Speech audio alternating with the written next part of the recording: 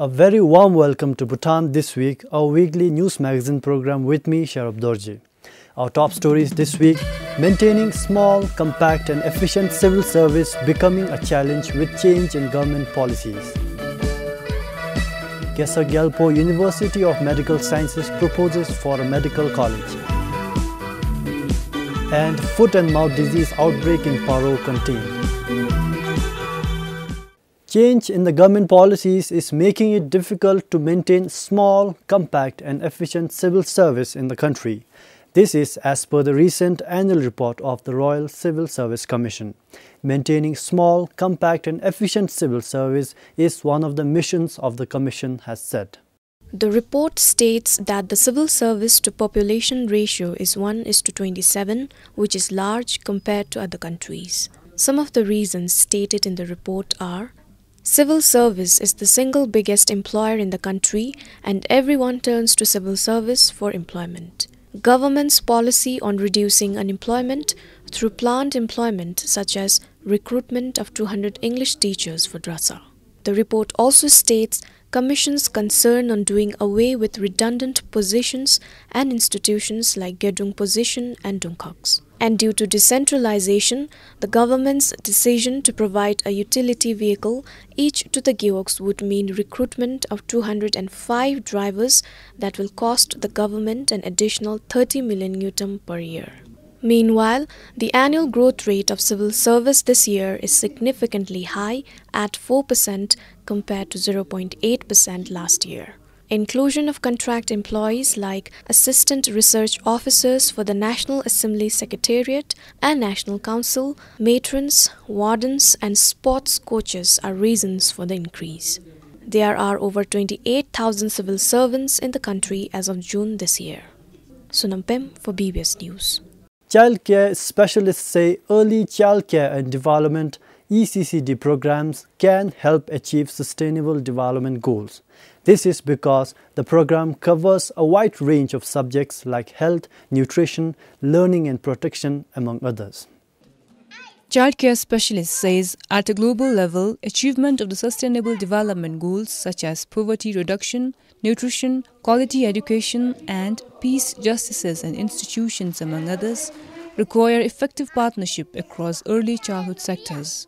Care, stimulation and protection during early childhood lay the foundation for lifelong growth and development. We are also not just emphasizing education, we are also, because the nature of children's development is cross-cutting and all-encompassing. While we focus on early childhood education and care, we are also addressing children learning about environment conservation and climate change. We are also focused on health, nutrition, sanitation, reduction of violence, peace and justice. So children are learning all of these skills and attitudes, and therefore early childhood care and development is pertinent to all of the other goals. So what the research tells us is that the development that happens in those early years has lifelong consequences. This is not just about young children before they start school, but the foundations that are laid down in those early years through good parenting and through the ECD centres have lifelong consequences. So many of the SDGs, whether it's poverty, whether it's health, for about a dozen of those SDGs, those early years of a child's life are critical. Setting the child off to a sound foundation, understanding that the brain development in those early years has lifelong consequences is very important, not just to the child, but indeed to the future prosperity of a country. Bhutan has achieved a milestone in providing access to early childcare and development programs in the recent decade. There are 7,000 children between the age group of 3 to 5 in 300 ECCD centers today. And ECCD and Zen Division under Education Ministry is expecting at least an ECCD center each for every Chiok in the next 7 years. The ECCD Week, jointly organized by Education Ministry and UNICEF Bhutan, is bringing together all stakeholders to raise awareness and share and discuss good practices surrounding ECCD. There will also be presentations, workshops and exhibitions for public display at the Harmony Youth Center until Friday. Pubgame for BBS News.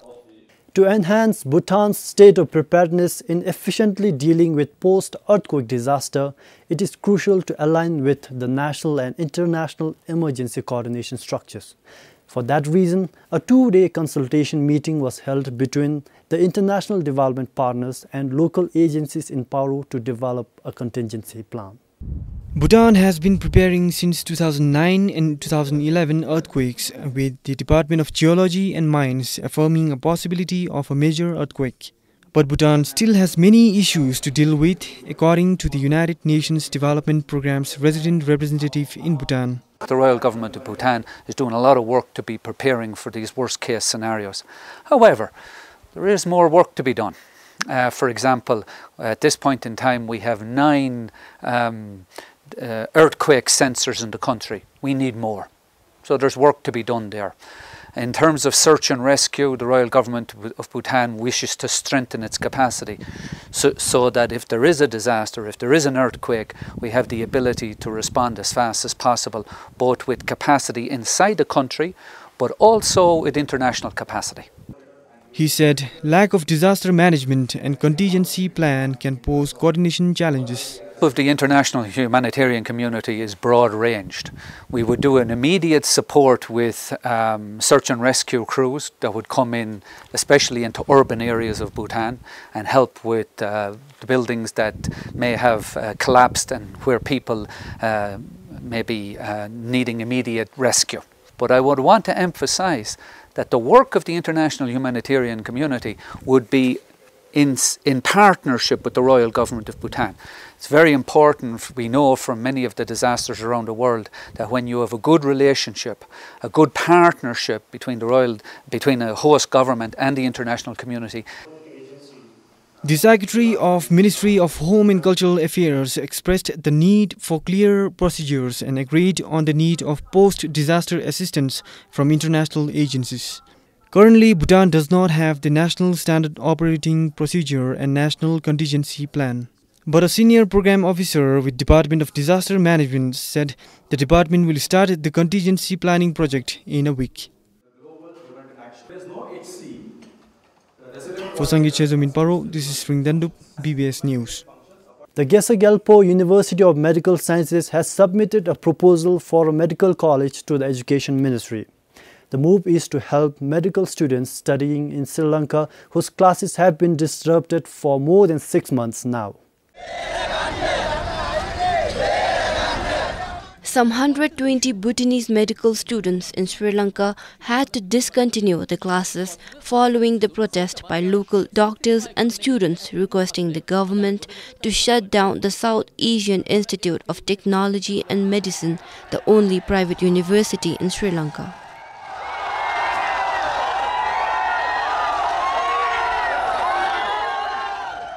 Since it is not sure when the strike will be called off, the need for a medical college in the country deemed immediate.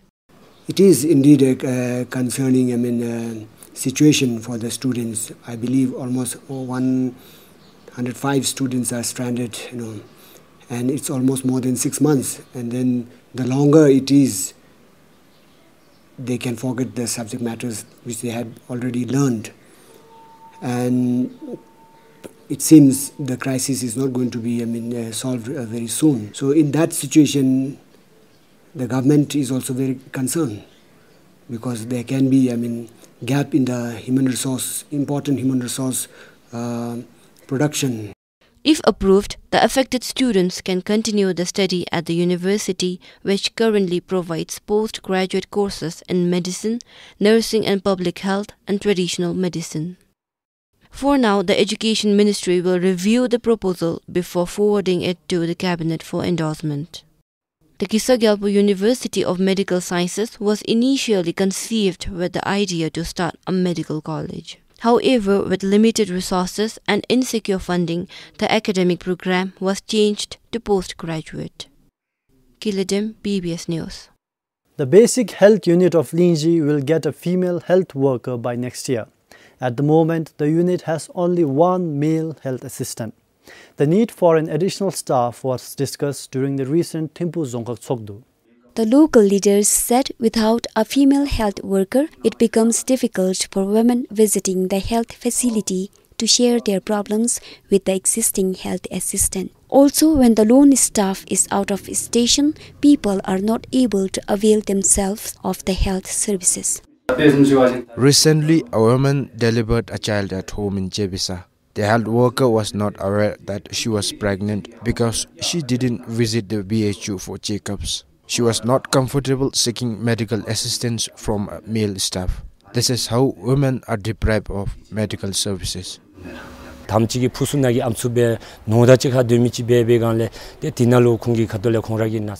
have to undergo several checkups, especially during pregnancy. Unlike others, women in Magyog hesitate to go for regular checkups and share their problems with a male health worker.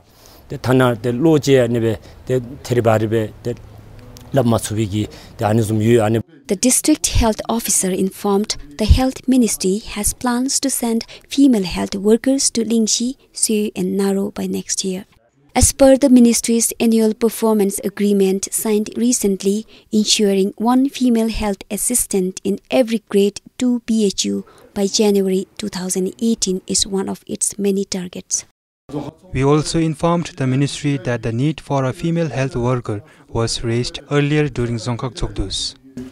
Lingxi has 86 households with a population of a little over 500 people. Pope Masewang, this is Sonam Choden, BBS News.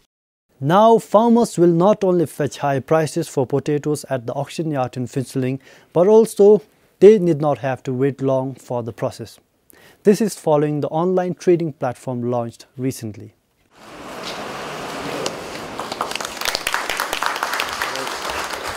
Buyers will have to register with the online system to access the details, which include the price of potatoes as well as size and place of harvest. Once registered, traders can bid from any place. The initiative is to encourage more traders to participate in the auctioning process and help commercialize Bhutanese agricultural sector. Today, most buyers at the auction yard are Indians. The main objective of our initiative is to ensure there's a proper price discovery process along with the standardization of agricultural produce, which has a premium in the market. Our initiative not only limits to potatoes, but we're also exploring other high-valued products such as cardamom, and probably in the future we will also like to incorporate cordyceps. The online platform also has the potential to eliminate the middleman because it tends to connect the producers with the ultimate buyers. Along with the online service, the use of a potato grading machine was also officially launched.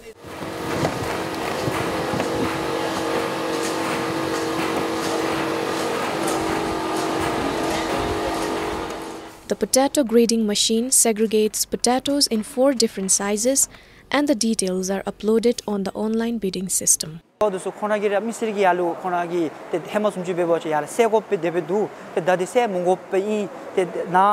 Unlike in the past, now farmers need not have to segregate the potatoes before bringing it to the auction yard. The machine will do the work. Regarding the online service, it will help farmers fetch better prices and reduce the auction process.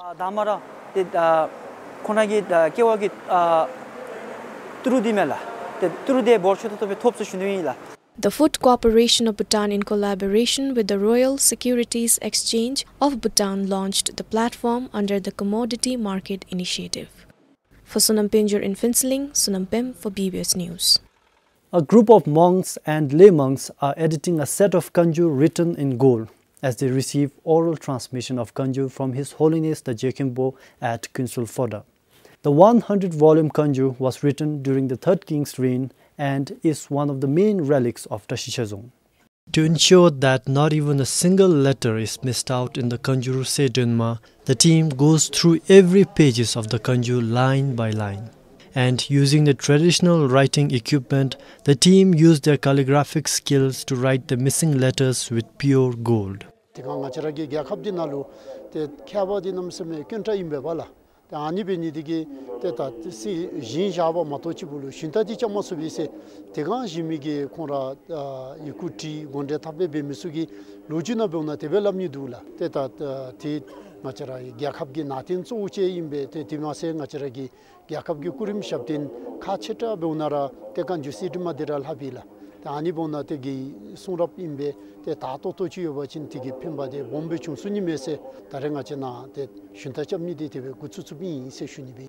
The Kanjur is the translation of the most precious and profound teachings of Buddha Shakyamuni. The editing works are based on two master Kanjur references from Tibet. Tani Kanju mape pam nibdigu jijabe beshina te taresi dimde da chikalu digdibeta uyila te anibe digdibeta unalu chi katule te chi juju te betu ni dula te ani chi jumiti subesa chire te tekara sekshina te nachi u tembebebe losigira te betido se shunila te tele laluchi bewachin te ta chutsenbara masami tuni dula te pati sholep nganga tutube tigobigi chutsemba masame tindu te ani chutsemba titsudo se shunila te laluchi be wachinta ani be timigi ta yalma te keta takwachi tiomna te chichora te maule timbe te gomjuju che tuni dula. He said the editing project was initiated upon the command of His Majesty the King and His Holiness the Jekempo. The project is expected to complete by November, along with the conclusion of the Kanjur oral transmission.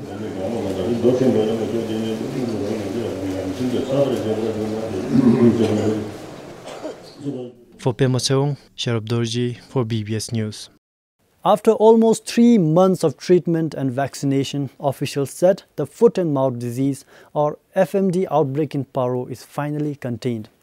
The ban on sale of dairy products has been lifted and rapid response team is deactivated as per an executive order from a review meeting. The last case of foot and mouth disease was reported on 24th August from Dogar and Sentogeog, which were 4 days old. That marked the end of FMD outbreak in Paro. The FMD outbreak in Paro is almost subsided. The last case reported was on 24th August from Jento and Dogar Geog. And as per our livestock rules and regulations and national FMD prevention and control guidelines, as per that, we have to keep 14 days from the last case. And yesterday, 4th September is a 14-day. This is because animals may still transmit the infection for 14 days since FMD virus can grow and reproduce within this period. The first case was reported in June. Over 700 animals in 40 villages were infected in Paro. The Livestock Office recorded 33 deaths. 4 days after the outbreak, the Dzongkhag banned the sale of dairy products and movement of live animals. But now, farmers are allowed to sell dairy products. Lifted the ban on livestock products from dairy products from 5th September. And there is no risk of transmission through products to other Dzongkhags. Other Dzongkhags like Ha, Paro, Thimphu and Chukha, they already have a very good coverage of FMD vaccination coverage. But ban on the movement of the live animals will further restrict it for 1 month. 1 month of study on FMD outbreak in Paro will be carried out to determine the cause and assess the loss suffered by farmers. For Sangachazom in Paro, Pupgam for BBS News. A group of vegetable vendors of Monga town are worried about losing business after they were asked to shift a floor below the vegetable market. The decision is in line with the recent Dzongkhag Tsogdus resolution. The 14 vegetable vendors moved to the first floor on Thursday. They now share the space with those who sell imported vegetables.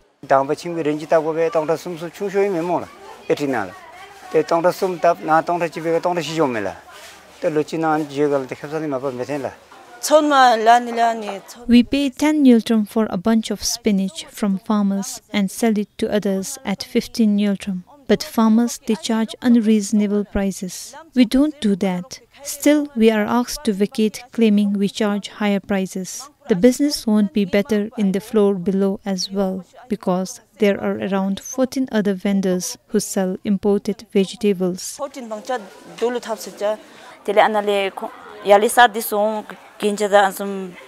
Some Dzongkhag administration officials came with an agreement and asked us to sign. We denied. We approached the Dzongda to request him to keep us where we are. But since the Dzongda was out of station, we appealed to the Dzongrap. We did not get any response. They also did not invite us during the meeting.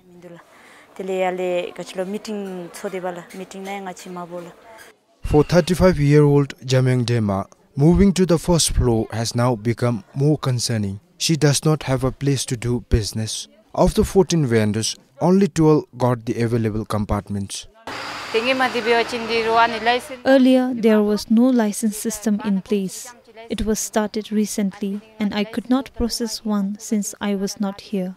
But now, even if I apply for one, there is no proper space available. I think I will have to use this area. I don't know what to do. The Thomde representative said the shed was constructed for farmers who come to sell local agricultural produce. We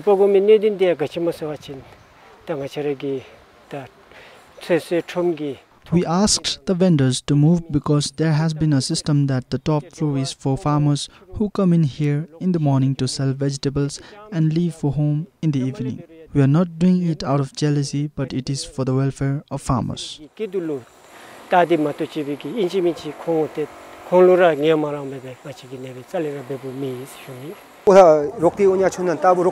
Vendors occupy bigger areas since they are here all the time. When we sell vegetables along the way, commuters step on it and spoil our vegetables. We are not able to sell such vegetables. However, henceforth, it will be convenient.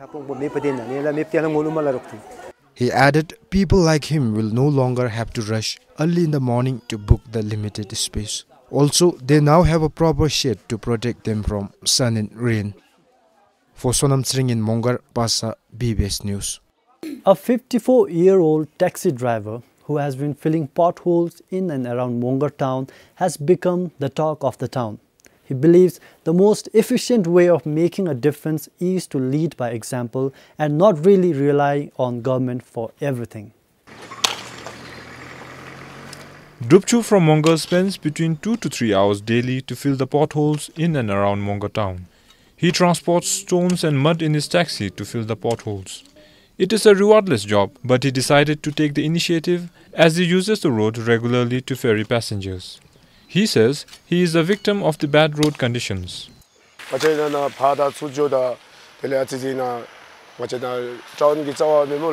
When I drive in a hurry, the vehicle wheel gets in the potholes and it damages the vehicle parts. Even if I am not able to fill the entire potholes along the highway, I am planning to do it around the town areas.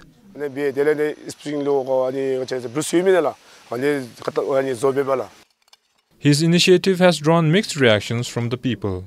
Some have commended him, both personally and through social media platforms like Facebook, for his initiative.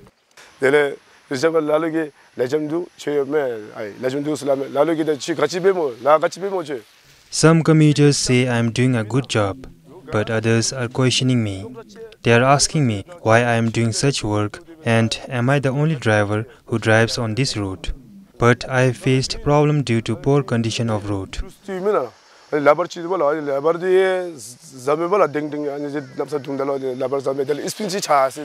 He is planning to hire a truck to fill up all the potholes. The father of 3 believes that people will gradually believe in what he does and come forward to initiate similar activities. Compiled for Sonam Sring in Mongar, Yisha Gelson, BBS News. Well, that's all for this week. Do join us next time. Until then, this is Sharab Dorji saying goodbye.